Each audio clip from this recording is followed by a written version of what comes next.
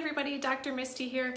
I just wanted to do an update this week. I had a conversation with a client earlier today about anxiety, and we were talking about certain causes of anxiety and things that we might not even know are contributing to our anxiety that are within our food. Food is tricky, and I talk about food labels a lot because it's really important to be able to read your food labels. And so I'm going to give you guys some tips about 4 things that might be hidden in your foods that could cause your anxiety and why. So just a little chart here. I apologize for the kindergarten handwriting. I had to write this backwards since I'm using my reverse camera. So my apologies for that. I hope you got a little laugh.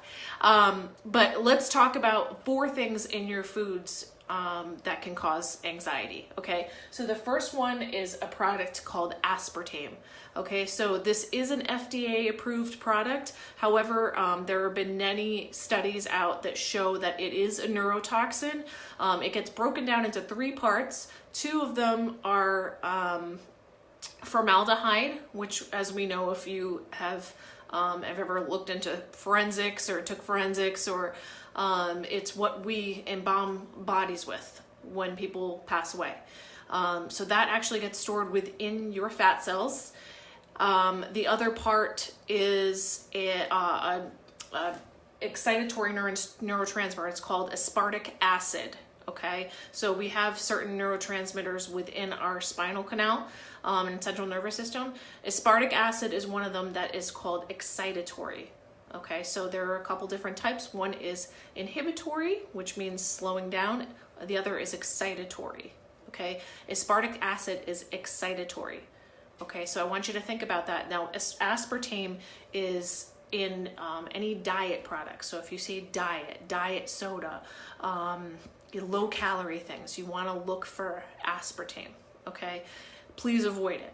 That could be something if you are somebody who drinks 5 Diet Cokes because a day you're trying to, you don't like water, but you don't know what to drink, and you don't want to drink regular soda, and you want to keep, you want to keep those calories down. Please choose something different. There are great options that are healthier. Kombucha is wonderful. That is one of my favorites. You're going to see that a lot on my page. Soda water, flavored smart water. There are plenty of options, even if you drank regular organic juice and watered it down.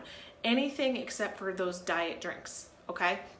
And so the second one I want to move on to is high fructose corn syrup, okay?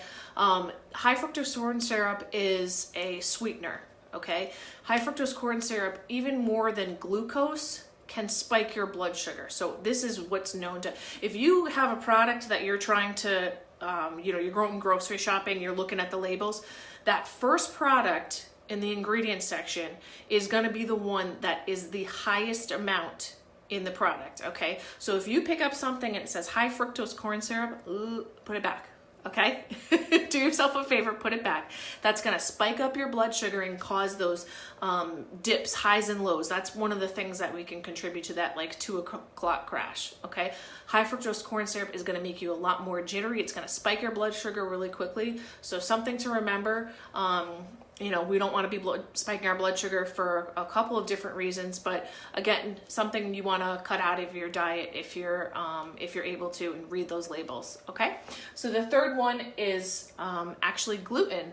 So I know there's a lot of talk from people. Gluten is to the public kind of a mystery. They don't understand quite what gluten is, and where to find it. So gluten is typically found in wheat. Breads, processed foods, a lot of processed foods is used as fillers. The wheat actually makes things bind easier. It makes things rise. Baked goods.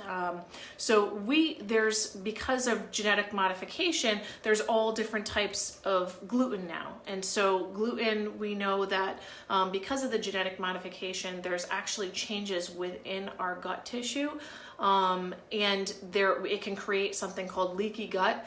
And so our bodies are starting to react to this protein gluten as if they're a foreign entity. Okay, and that can actually kick up even ADHD symptoms, jitteriness, So things you want to watch out for and try and reduce. That's why I'm always saying eat as whole foods as possible. Try and stay away from those processed foods. The whole foods, the more organic, the real foods, the best they're going to be for you. Okay. And the last one is red dye number 40 and yellow dye number 5. And along with that is sodium benzoate. So these are things that are snuck in a lot of foods. And this is something I really want you to be cognitive of.